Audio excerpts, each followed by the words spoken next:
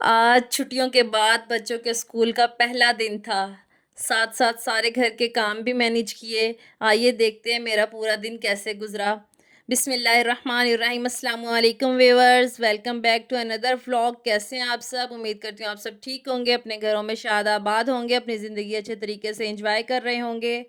आप देख रहे हैं इकराज़ व्लॉग और मैं हूँ आपकी बहन इकरा फरहान।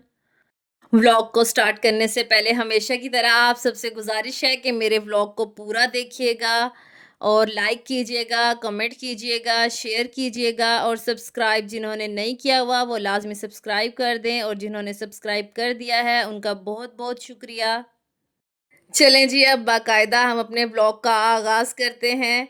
ये मैंने दोपहर से शूटिंग करना शुरू की व्लॉग की, जिस टाइम बच्चे घर आ रहे थे। पहले बेटी आई क्योंकि वो दूसरे स्कूल में जाती है, रिक्शे पर आती है, फिर बाकी बच्चे आए और मुझे ऐसे मिल रहे थे जैसे बिछड़े हुए हैं सदियों के।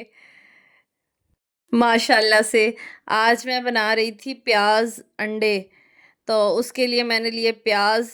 प्याज़ को मैंने छीलने के बाद पानी में धोया, उसके बाद मैंने उसको कढ़ाई में निकाल लिया और फिर उसको मैंने कट किया। प्याज को कट करने के बाद फिर मैंने लिए 4 टमाटर, 5-7 हरी मिर्चें, क्योंकि इसमें हरी मिर्चें मैं ज़्यादा डालती हूँ और क्योंकि अदरक लहसुन वगैरह इसमें नहीं डालती, तो वो लिए। उसके बाद फिर प्याज जो है वो मैंने उसके अंदर डाला ऑयल, क्योंकि बच्चे तो घर आ चुके थे, उन्हें लग रही थी भूख। तो खिचड़ी पड़ी हुई थी कल की, तो उन्होंने आते ही पहले तो वो खाई।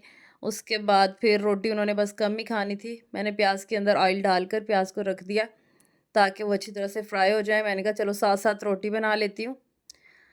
तो रोटी भी मैंने दूसरे चूल्हे पे बनाना स्टार्ट कर दी।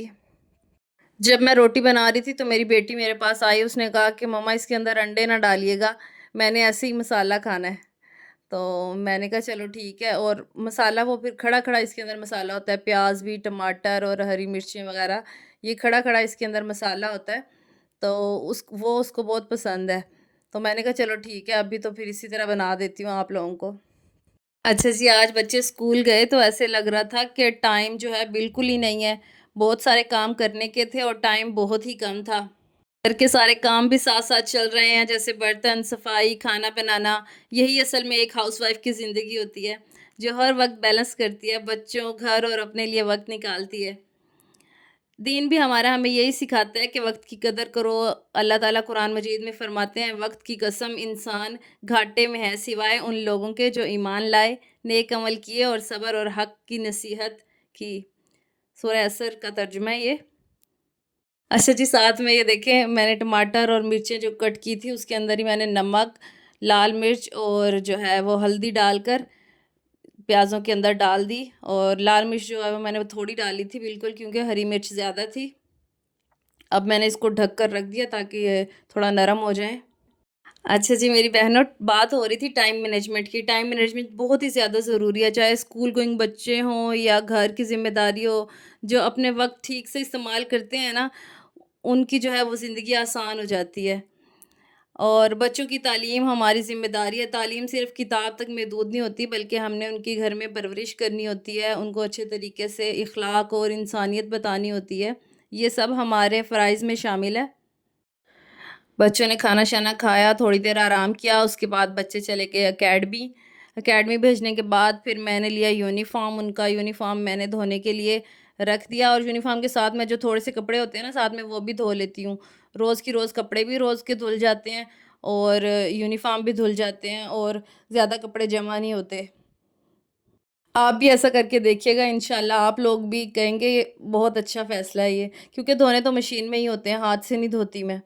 कपड़े वगैरह मशीन में डालने के बाद मैं इधर आ गई जामे शीरी लेकर। जामे शीरी जो है वो बड़ी बोतल में थी और मेरे पास छोटी बोतल पड़ी हुई थी शंग्रीला की चिली सॉस की, वो खाली हुई थी, तो मैंने उसके अंदर डाल दिया जामे शीरी को, ताकि इसके साथ हम डालते हैं तो कम डाली जाती है जामे शीरी, और जो है वो गिरती भी नहीं है साइडों से और ढक्कन के आसपास भी नहीं लगती। आप लोग भी ऐसा ही करके देखिएगा, फिर मुझे बताइएगा।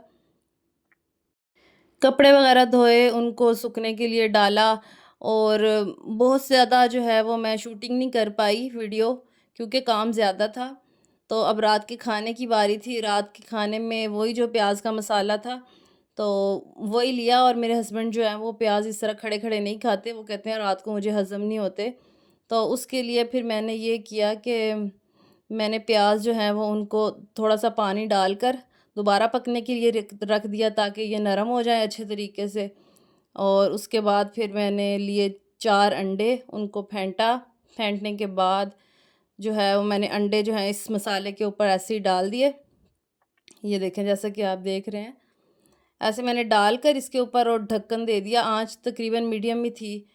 नॉन स्टिक का बर्तन है ना तो नीचे नहीं लगता। तो मैंने इसके ऊपर जो है ढक्कन लगा दिया। ये देखें माशाल्लाह कितनी प्यारी लुक आई है। अगर आप फ़ौरन इसके अंदर चम्मच हिला देंगे ना तो ये घुल जाएगा अंडा और ये इस तरह नहीं बनेगा।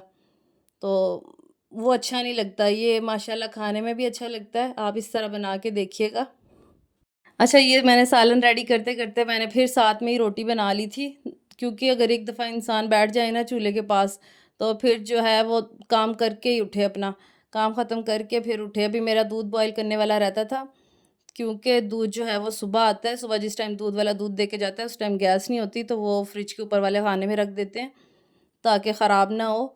तो उसके बाद जब गैस वग़ैरह आती है तो फिर दोपहर को उसको गर्म कर लेते हैं। दोपहर को इतना टाइम नहीं बचा मेरे पास कि मैं उसको गर्म करती। अब मैंने निकाल कर बाहर रखा हुआ था, तो मैंने सोचा चलो खाना खाने के बाद जो है वो दूध गर्म कर लूँगी और साथ-साथ चाय बना लूँगी।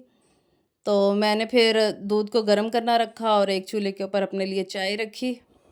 दिन भर की थकावट के बाद चाय तो बहुत ही ज़्यादा ज़रूरी होती है।